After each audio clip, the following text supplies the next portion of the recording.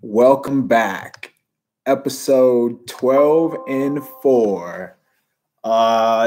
Broncos. The Ravens-Browns game just got over. So Chargers will be playing the team that today averaged 6.3 yards per carry on 47 attempts. So they will have their work cut out for them, to say the least. But we'll definitely get into a bunch of Baltimore stuff. Let's start with some of the Broncos game real quick. So I actually missed the first series, and people were like, Rivers threw another interception. Like, what? How is that possible? What has this guy been doing lately, man? He's been forcing it. Or today it seemed like he just didn't see the underneath receivers. But yeah, man, that's two today, two bad ones today, and the offense, I don't know, man. The offense has not been great lately, not been great at all. But to be fair, the Ravens are really, really good on defense. The Broncos are really, really good on defense, and just not great matchups for the Chargers, which obviously doesn't bode well for next week. But again, we'll get there. So sticking with the rest of the game, just some of the things that I wrote down, some of the things that I saw. How about, I mean, it was a boring game to me anyways. It didn't feel like there was much action, and it really didn't seem like the Chargers were ever really in doubt. Keenum wasn't great. He never really is, but the Broncos really missed Philip Lindsay, who he's a stud, man. He's a player.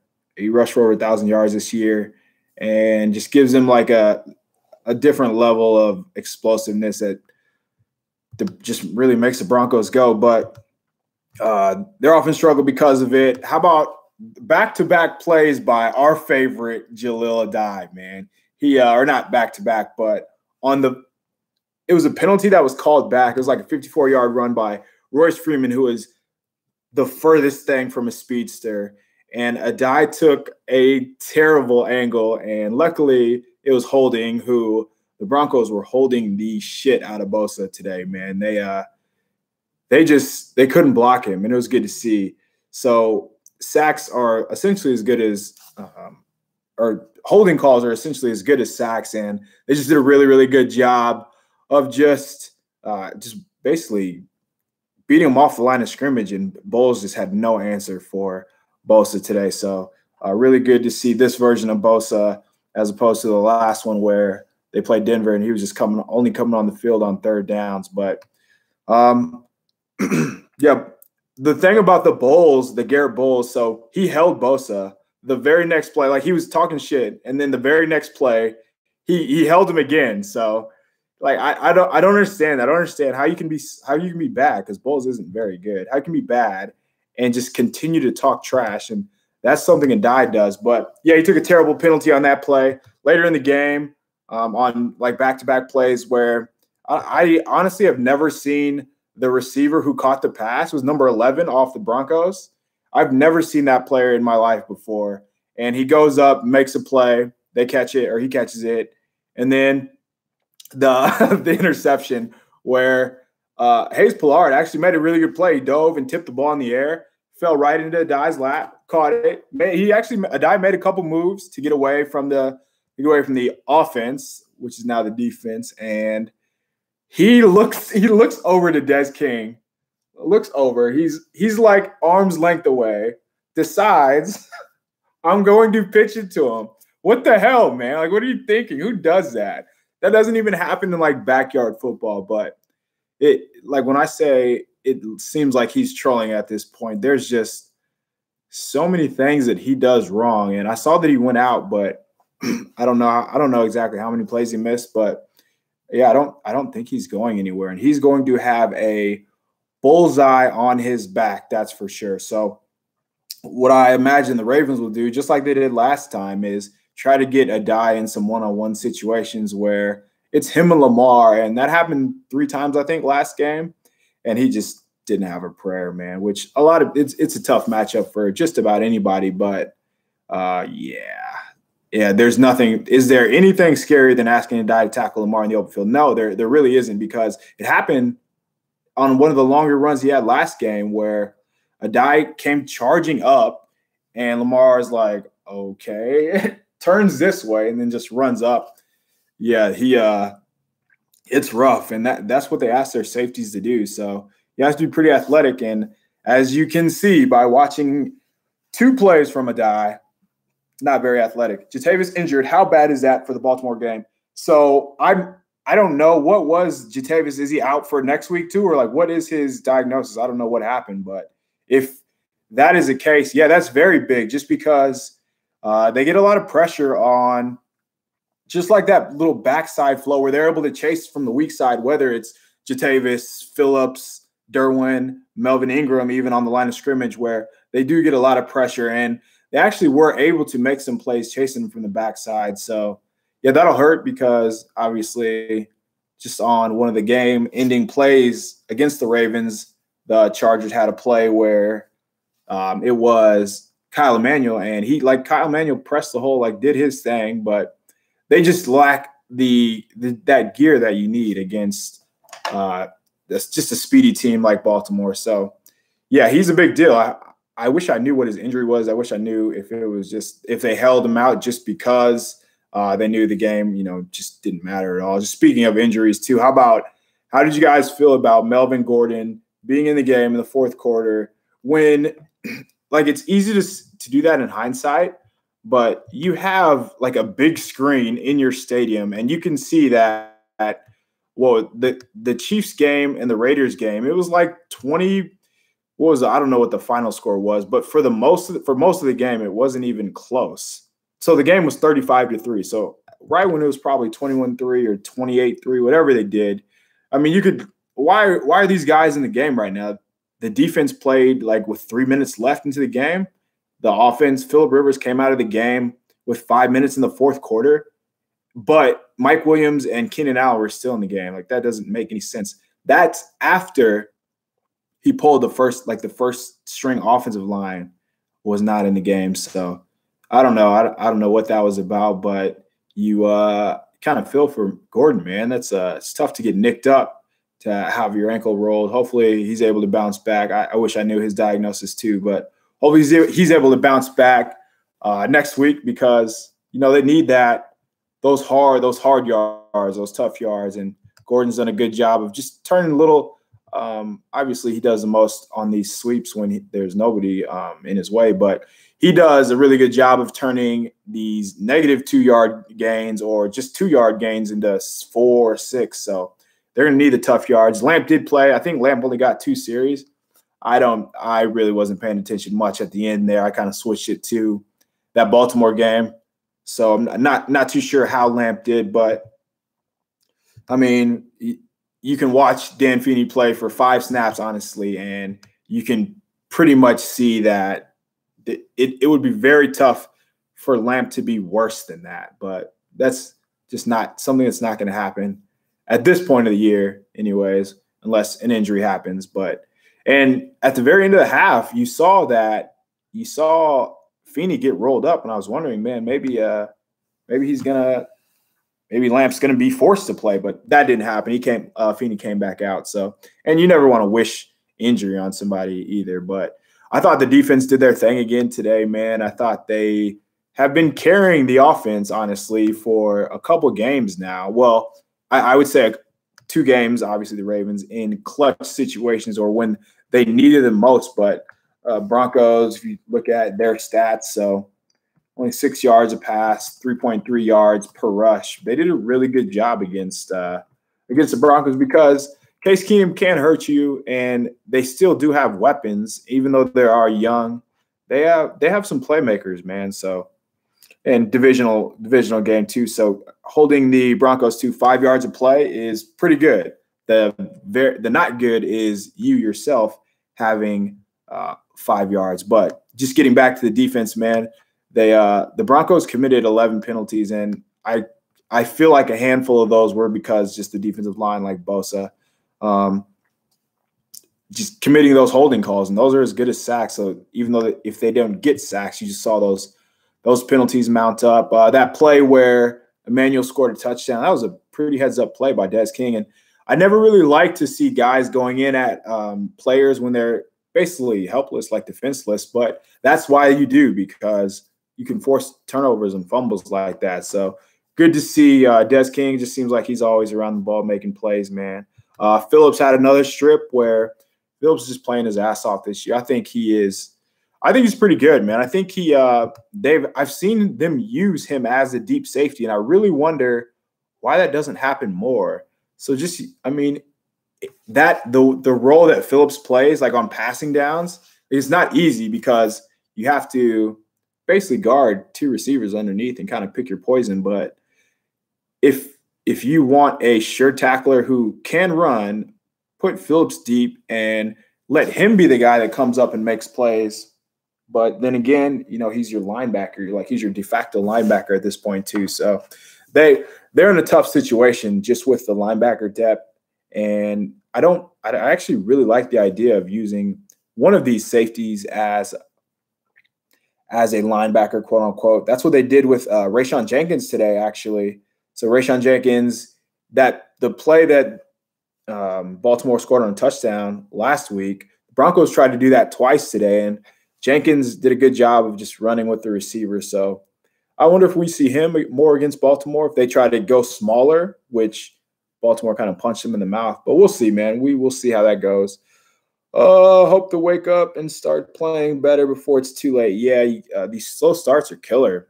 What the goal should be is, so if they win the coin toss, receive the ball, take the ball, don't defer, try to set the tone right away.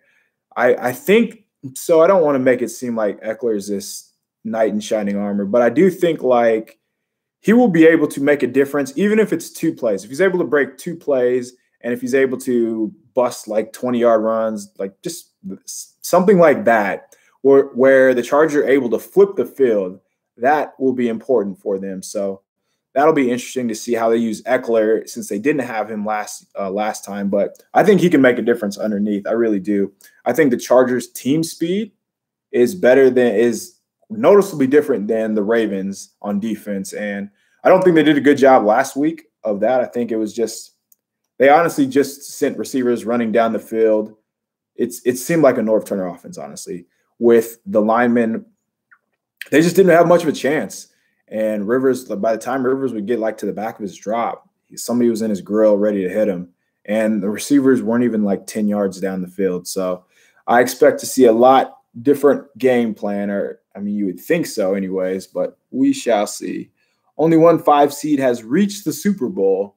We are undefeated outside of LA. What are the chances of making a run? I mean, there's always a chance. What they cannot do is they cannot give up these big rushing plays to Baltimore. First of all, that's going to happen just because they put you in so much conflict. And a lot of people are just asking, is this sustainable? Can what the Ravens do on offense last? Who's going to stop them? Like, why? Like, the one way that it will be stopped is if the quarterback gets hurt. And like, he seems like a wiry, strong kind of guy. So just because his frame is thin, first of all, he doesn't take too many hits. And when he does, it seems like he's able to like sustain the contact. So Baltimore is going to be a tough out. That's for sure. It is. I initially thought that this would be one of the easier matchups, but after watching them, I think it's going to be a tougher matchup. But still, I think the Chargers will be able to put some points on the board. Will they be able to stop them in key situations? Will they make a run, though? So they're going to have to beat Baltimore on the road. Can very well happen. Like, I don't think Baltimore is this unbeatable team. The thing about Lamar is he will turn the ball over. Like, he will take sacks. He will give you an opportunity. The thing is, the Chargers did not take advantage of that. I think they had 3 dropped interceptions last time. One was Casey Hayward right down near the red zone. So those have to happen. But I mean, if they also got stops on like 4th and short. So, but we'll have to beat Baltimore. The next week we'll probably have to be who's the 2 seed? Is it the Patriots? Yeah, the Patriots. So they'll have to beat the Patriots in Foxborough, who, I mean, if you've seen what's his name? Tom Brady play lately. Yeah, Tom Brady does not look like the same Tom Brady that we are used to seeing. And that offense just seems like a tick behind of what we're used to seeing. So I think the Patriots are very beatable, honestly. I would not be surprised if whether it's the Chargers or whoever they play, that the Patriots lose their first game. And then obviously after that, you'd have to beat whoever's left over, whether it's the Chiefs and Chiefs, Texans, whoever it may be. But I do think the Texans will be a tough matchup because, J.J. Watt he's up to his old antics and just a killer as usual. Who else? They have Whitney Merciless, Jadeveon Clowney. They have a really solid front four, and they get after you. And that is one thing that has really been the Chargers' kryptonite is when Rivers is pressured, he feels like he has to rush and speed up his old train of thought. So Texans will be tough, but they have to get there too. So it's all very, very doable for the Chargers. They just can't shoot themselves in the foot. I feel like when we see the Chargers in comeback mode where they have to get stops, like what was it? Just against last week, they got to stop, or against the Chiefs, they got to stop, they got to sack, like when Melvin Ingram got a sack, and then they marched down the field. When they play to their potential, which doesn't always happen, but when they are on their A game, the Chargers are very, very good, and they do look like a Super Bowl team. But when they shoot themselves in the foot, whether it's these early turnovers, these bad throws by Rivers, or just getting gashed on defense, which happens every now and then, but they just can't afford to do that because the way that they get off the field on defense is sacks and just like fumbles, just like you saw today. Like that's their MO. That's the Chargers defense. And the good news about the Ravens is like that you will have a chance to do that. So yeah, I don't know if I'm going to come on later in the week, and talk about this game, but it's going to be a really good matchup, man. If you guys remember just the game last week, I thought the Chargers really got punched in the face. And I'm talking like the offensive line and defensive line of the Ravens just completely whooped the Chargers. I didn't think they'd be able to do that to the defense. Obviously, they weren't able to put up a bunch of points, but when it mattered, they were able to kind of run the ball when they wanted to and get where they wanted to. On offense, I feel like it has to be quick, or else those guys were getting after it pretty good. If the offense shows up this time, they'll beat Baltimore easy. I don't know if it'll be easy, man. Baltimore just seems like a team you're probably not going to blow out, or you're probably not going to just get a big lead on. I don't know if you guys watched the Ravens Chiefs game, they like hog the ball. They will keep the ball away from you. That's why their style of play with Lamar at quarterback is so good, just because they can rest their defense and they will have these 6-7 minute drives. But yeah, I don't know. I feel like there is a lot to talk about the Ravens, but since the Chargers just played them, everything's still so fresh. Like we can talk about so many different matchups.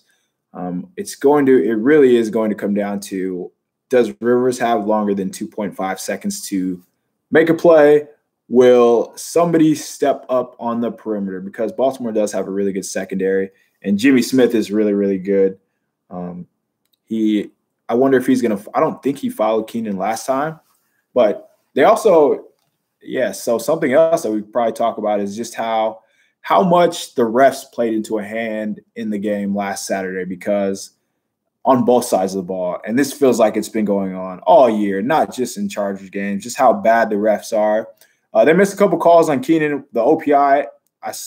In slow-mo, maybe it was, but just as far as there was another one where Keenan actually broke off Jimmy Smith, and the ref, it happened right in front of the ref. Jimmy Smith held him, no call, Chargers punt. Like those little things, those have to be called in the playoffs. So we'll see if the Chargers can capitalize. The speed drop off from Jatavis to Hayes Pollard is substantial. Yeah, it is, man. That is definitely what makes Jatavis go, is just he gets to spots that not a lot of linebackers can, man. He can really, really run, and it really makes the Chargers defense go to another level. The defense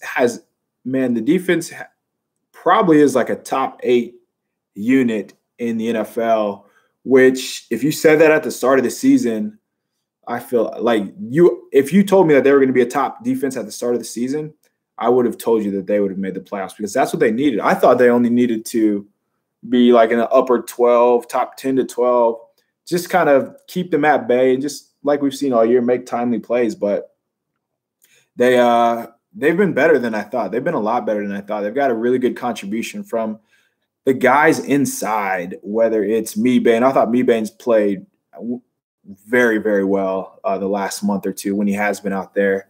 And then Phylon, you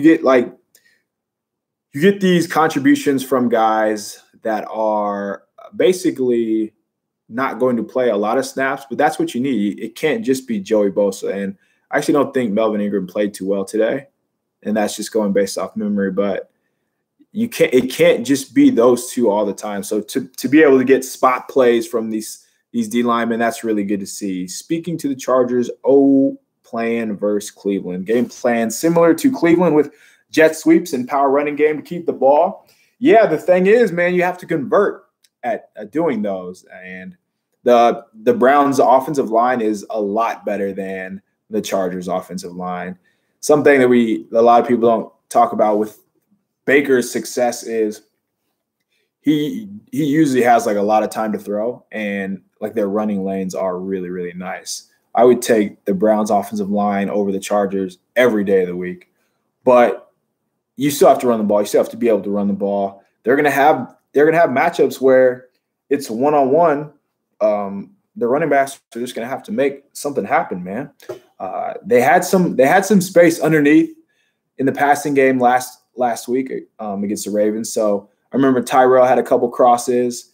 It's just gonna have to be like that. They're gonna have to find that second window too, where if you remember the Mike Williams play that got called back because Keenan wasn't set, like those seam routes are going to be really big. Keenan had another one where he got open down the seam or just like on a quick in route about 10, 12 yards. Like that's where the Chargers are going to have to beat the Ravens at. It can't be 1, 2, 3, throw it down the field because, I mean, that's just not how you beat Baltimore. Baltimore is way too good for that. So underneath and over the middle of the field.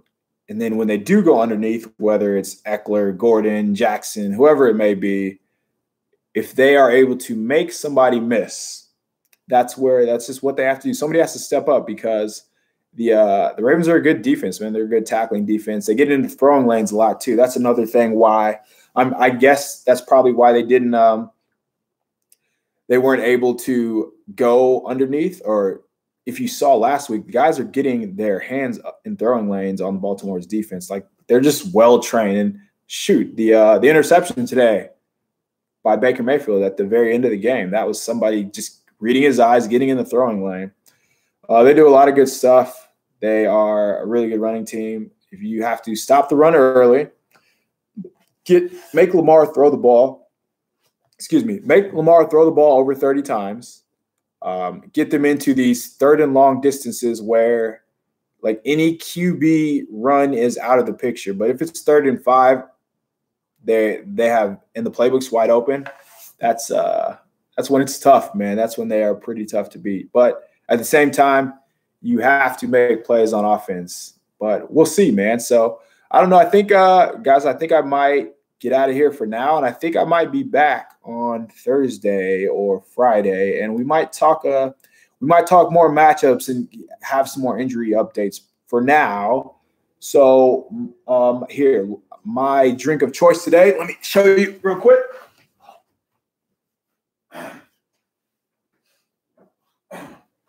So for work, we got, my boss gave me this for work, little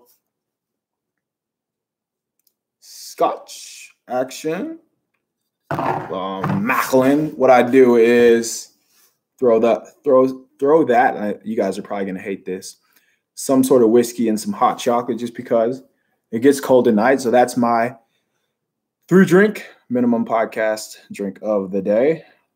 Little Scotch and a little hot chocolate. So happy holidays, guys. Happy holidays to us because the team is in the playoffs. Don't care about your team if you did not make the playoffs. So happy holidays to only those who made the playoffs. Guys, I will probably be back later this week so we can talk a little matchups, man. Have a good New Year's and stay safe.